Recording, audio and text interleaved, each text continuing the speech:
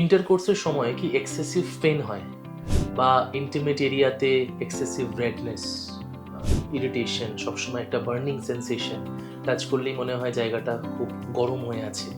তো এই প্রবলেমসগুলো কিন্তু হরমোনাল ইমব্যালেন্সের জন্য হতে পারে, রিকারেন্ট চাইল্ড বার্থের জন্য, টিস্যু ইন্টিগ্রিটি লসের জন্য। তো রিজনস আর মাল্টিপল।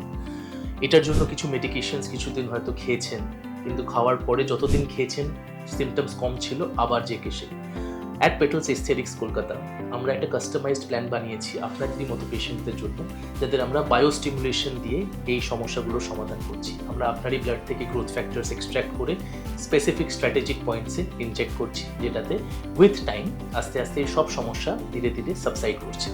যদি এরকম কোনো সমস্যা আপনার হয় বা আপনি ভুগছেন, তাহলে কিন্তু আমরা আছি আপনাদের সমস্যার সমাধান করার জন্য। একবার এসে কনসাল্ট করতে পারেন।